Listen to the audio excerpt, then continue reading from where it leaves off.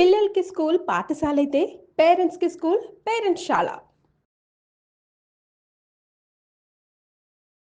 నమస్తే అమ్మా. నమస్తే తల్లి. అమ్మ, జూలై 6 సండే ఆదివారం వస్తుంది, తొలి ఏకాదశి. మరి ఈ రోజు ప్రాముఖ్యత గురించి, ఏకాదశి ఉపవాస దీక్ష గురించి, ఏకాదశి అనగానే ఉపవాస దీక్ష గురించి మాట్లాడతారు. అసలు ఉపవాసం ఎందుకు ఉండాలి, ఉండకూడదని కొందరు వాదన. అసలు ఏం చేయాలంటారు ఆ రోజు, చెప్పరా? మీరు ఎన్ని ప్రశ్నలు అడిగారమ్మా? ఎన్నో అడిగారు. మరే మనం ఇవన్నీ అప్పుడప్పుడు చెప్పుకున్నవన్నీ కూడా కలిపి ఒక్కసారి సమాహారంగా చెప్పుకుంది, ఇవన్నీ చెప్పుకున్నాం. అవును. ఇప్పుడు తొలి ఏకాదశి ఏమిటి, అసలు ఏకాదశి ఏమిటి? ఏకాదశి అన్న పదానికి 11 కలిగింది అని అర్థం. ఏకాదశి అంటే 11, దశ అంటే 10, ఏక 11. ఈ ఏకాదశి అనేది మనకుండే తిథుల్లో 11 చంద్రకళలు కలిగినటువంటి తిథికి ఏకాదశి అని పేరు. రోజుకొక కళ ఉంటుంది కదా, అలా 11 కలిగింది. అందుకని ఏకాదశి నాడు చంద్రుడికి 11 కళలు ఉంటాయి. పాడ్యమి నాడు ఒకటి ఉంటుంది, అలా విధియ నాడు 2, అలా వచ్చి వచ్చి దశమి నాడు 10. తెలుస్తోంది కదా దశమి ఏంటి 10 అని. అలాగే పూర్ణిమ దగ్గరికి వచ్చేటప్పటికి 15 కళలు పూర్తిగా ఉంటాయి. కానీ ఈ 15 కళల్లో కూడా ఈ 15 కళలకి కలిపి నిత్యం అమావాస్య నాడు కూడా ఉండే నిత్యా కళతో కలిపి 16 అవుతాయి. అమావాస్య నాడు నిజానికి ఒక కళ కనపడదు, కానీ శాశ్వతంగా ఉండేది ఒకటి ఉంటుంది. ఇట్లా 11 కళలు ఉన్న చంద్రుడి కళలు కలిగినటువంటి తిథికి ఏకాదశి అని పేరు. దీనికి ప్రాధాన్యం ఏమిటంటే, మనం జాగ్రత్తగా గనక గమనించినట్టయితే భూమిని కింద ఉండే భూ అక్షంగా తీసుకున్నట్టయితే, జీవుణ్ణి ఇలా నిలువుగా ఉండే అక్షంగా గనక తీసుకున్నట్టయితే పూర్తిగా లంబకోణంలో ఉంటుంది ఆ రోజు. జాగ్రత్తగా గమనించినట్టయితే భూమి శరీరం, ఆత్మ సూర్యుడు, భూమి సూర్యుడు లంబకోణంలో ఉంటారు. అన్నప్పుడు ఏమిటి, ఈ శరీరం నుండి ఆ జీవ ప్రజ్ఞ ఊర్ధ్వముఖంగా ప్రయాణం చేయడానికి నేరుగా వంకర తిరగకుండా సూటిగా పైకి వెళ్ళడానికి వీలు.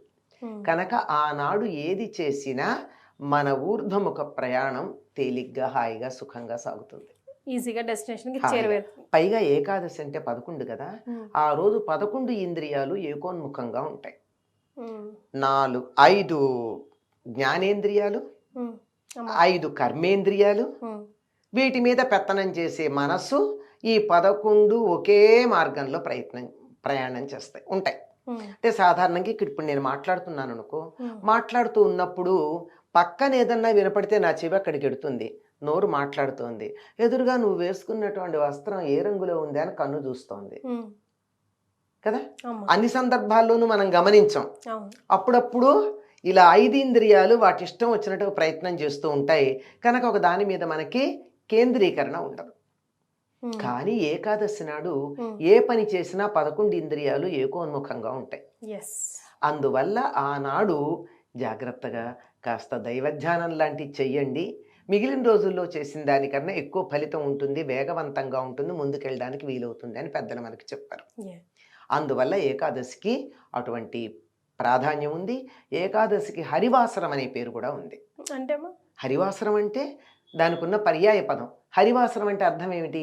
హరి అంటే విష్ణువు, వాసరం అంటే రోజు, విష్ణువుకి ప్రీతికరమైన రోజు.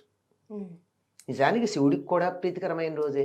మన కార్తీక మాసంలో ఏకాదశులు శివుడికి అభిషేకాలు చేస్తాం, పైగా ఏకాదశ రుద్రాభిషేకాలు చేస్తాం ఏకాదశ వారం. ఆ విధంగా 11 సంఖ్యకు అంతటి ప్రాధాన్యం ఉన్నది గనక ఏకాదశి ప్రధానమైంది. ఇటువంటి ఏకాదశులు సాధారణంగా ప్రతి సంవత్సరంలో 24 ఉంటాయి, అధిక మాసం వస్తే 26 ఉంటాయి. ఈ 24 ఏకాదశుల్లోనూ 8ంటికి ప్రాధాన్యం ఉంది. ఏమిటివి అంటే, చాతుర్మాస్యంలో ఉండే 4 నెలల్లో ఉండే 8 ఏకాదశులు. 8 ఏకాదశులు చాతుర్మాస్యంలో 8 ఏకాదశులు. అందులో చాతుర్మాస్యంలో వచ్చే మొదటి ఏకాదశిని తొలి ఏకాదశి అన్నారు. ఈ చాతుర్మాస్యం ఎప్పుడు మొదలవుతుందంటే ఆషాఢ శుద్ధ ఏకాదశి నాడు మొదలవుతుంది. చాతుర్మాస దీక్షలు కూడా తీసుకుంటారు కదా. అది అంటే 4 నెలల దీక్ష. యతులకు ఒక రకంగా ఉంటుంది, గృహస్థులకు ఒక రకంగా ఉంటుంది. అంటే ఆహార నియమాలు, వ్యవహార నియమాల్లోనూ కొన్ని నియమాలు పాటిస్తారు. అదే. యతులైతే ఎక్కడికి కదలకుండా ఉంటారు, సన్యాసులును. గృహస్థులైతే ఇల్లు కదలకపోతే వ్యవహారం ఎట్లా నడుస్తుందమ్మా, అంచేత ఆహార నియమాలు పాటిస్తారు. కొన్ని రకాలైనటువంటి నియమాలు, ఒక్కొక్క నెల ఒక్కొక్కటి తినము అని చెప్పి, ఒక నెల కూరలు తినరు, ఒక నెల పాలు తినరు, ఒక నెల పెరుగు తినరు, ఇలా రకరకాల నియమాలు ఉంటాయన్నమాట. నియమాలు పాటిస్తూ ఏకభుక్త అంటే ఒకసారి భోజనం చేయడం, ఇలాంటి నియమాలు ఉన్నాయి. ఇది గృహస్థులు పాటించే నియమాలు. ఈ చాతుర్మాస్యం ఆషాఢ శుద్ధ ఏకాదశి నాడు ఎందుకు మొదలవుతుంది అంటే అప్పుడు దక్షిణాయనం వచ్చేస్తుంది. దక్షిణాయనం అన్నది పితృదేవతలకు సంబంధించింది. ఆ తరువాత దేవతలేమో పైలోకాలకు వెళ్ళిపోయినటువంటి కాలం. అందుకని ఈ కాలంలో విష్ణువు కాలస్వరూపుడు, కాలస్వరూపుడైనటువంటి శ్రీ మహావిష్ణువు యోగ నిద్ర ముద్రితుడు అవుతాడు, యోగ నిద్రలో ఉంటాడు. మన నిద్ర కాదయింది, మనలాగా మూఢ నిద్ర మోహ నిద్ర కాదయింది, యోగ నిద్ర. ఆ యోగ నిద్రలో ఉన్నప్పుడు ఎక్కువగా సాధనకే యుతులు తమ కాలాన్ని వినియోగిస్తారు. అందుకే ఇక్కడి నుంచి నియమపాలన చేస్తూ ఉండడం జరుగుతుంది. దీనికి ఈ మొదటి ఏకాదశి అన్న ఉద్దేశంతో తొలి ఏకాదశి అన్నారు, కానీ దీనికి శయన ఏకాదశి అని కూడా పేరు. శయన ఏకాదశి అంటే శ్రీ మహావిష్ణువు యోగ నిద్రకి తరలి వెళ్ళేటటువంటి రోజు. ఆ రోజు ఆయన విశ్రాంతి తీసుకోవడానికి తన అంతఃపురంలో పడక గదిలోకి ఎత్తాడు అని, అంటే మన మాటల్లో చెప్పుకోవడానికి. మన ఇళ్లలాగా ఇల్లు ఉంటుంది, ఆయనకు పడక గది ఉంటుందని కాదు, మనకు అర్థం అవడానికి ఒక రూపం కల్పన చేసుకుంటే అర్థమవుతుందని అలా యోగ నిద్రకి వెళ్ళేటటువంటి రోజు గనక ఆయన మరీ మరీ విసిగించకుండా ధ్యానం చేస్తూ ఆయనకి విశ్రాంతి కలిగేటటువంటి ఉపచారాలు చేసుకుంటూ ఉంటాం. మరి అది మరి ఈ రోజు అస్సలు చేయాల్సినవి చేయకూడని పనులు సామాన్యులుగా మనం అంతా ఏంటమ్మా? మీరు ఇందాక అడిగినప్పుడే కొన్ని చెప్పారు మీరు. అసలు ఏకాదశి ఉపవాసం ఏమిటి? 15 రోజులకు ఒక్కసారి గనక పూర్తిగా ఆహారం తీసుకోకుండా గనక ఉన్నట్టయితే ఆరోగ్యం బాగుంటుంది అని చెప్పి జపాను శాస్త్రవేత్తకి పరిశోధన చేసి చెప్పినందుకు నోబెల్ బహుమానం కూడా వచ్చింది కదా. ఓషినోరి సుజుకినో ఉంది ఆయన పేరు, వచ్చింది కదా. అంటే 15 రోజులకు ఒకసారి ఈ శరీరాన్ని ఓవర్హాలింగ్ చేస్తాం, క్లీనప్ చేస్తాం. అప్పుడు అది మళ్ళీ చక్కగా ఉత్తేజితమై చాలా చురుకుగా పనిచేయడానికి వీలవుతుంది.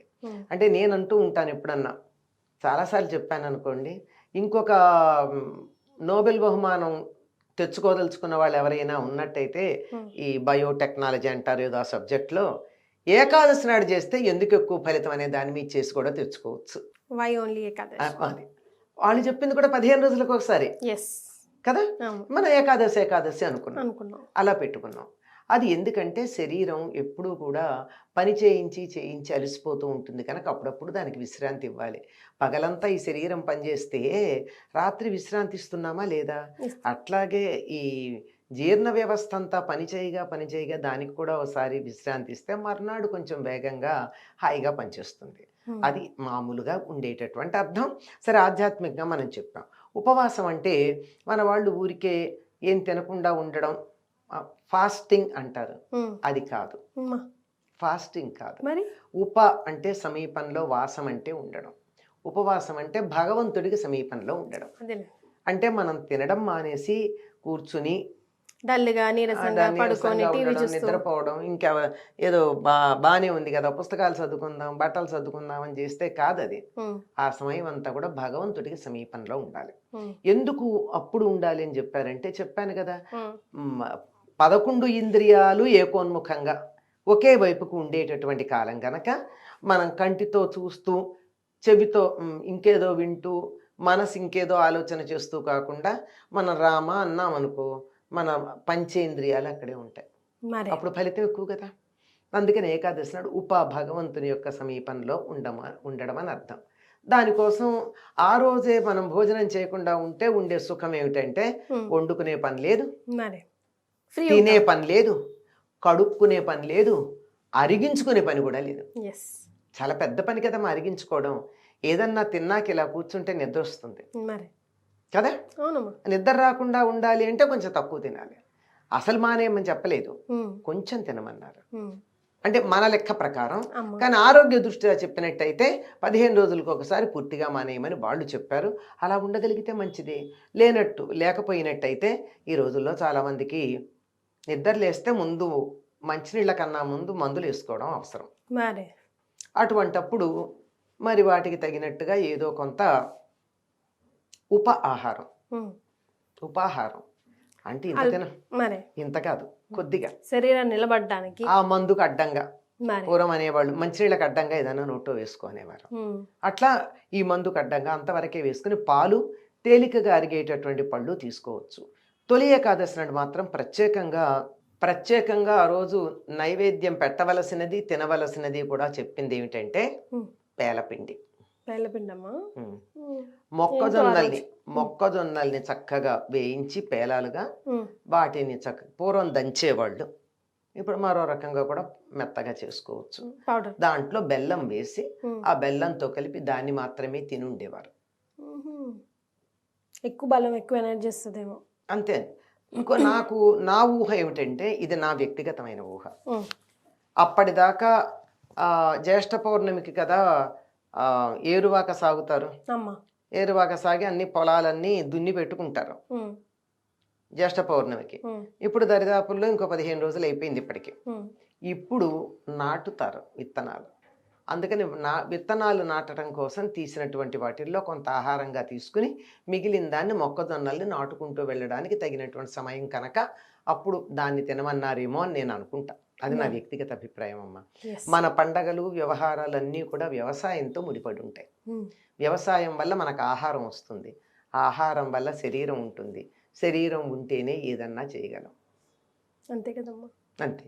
అందుకని దీంతో చాలా బాగా ముడిపెట్టి ఆరోగ్యకరమైన శరీరం ఉండడానికి, ఆరోగ్యకరమైనటువంటి పంటలు పండాలంటే దానికి తగినటువంటి నియమాలు ఏం పాటించాలో ఈ పండగలతో ముడిపెట్టి మనకు చెప్పారు. రైట్. అది. సో ఇప్పుడు వరకు మనం తొలి ఏకాదశి అంటే ఏం తినాలి, ఏం తినకూడదు, ఏం చేయాలి, ఏం చేయకూడదు ఒక కోణంలోనే చూసాం. కంప్లీట్గా ఈరోజు ఇంకో కోణంలో అసలు విశిష్టత, ప్రాముఖ్యత ఏంటి, ఎందుకు చేయాలి, ఎందుకు చేయకూడదు, ఈవెన్ సైంటిఫిక్గా కూడా టచ్ చేసి చెప్పారు. చాలా సంతోషం అమ్మ. ధన్యవాదాలు.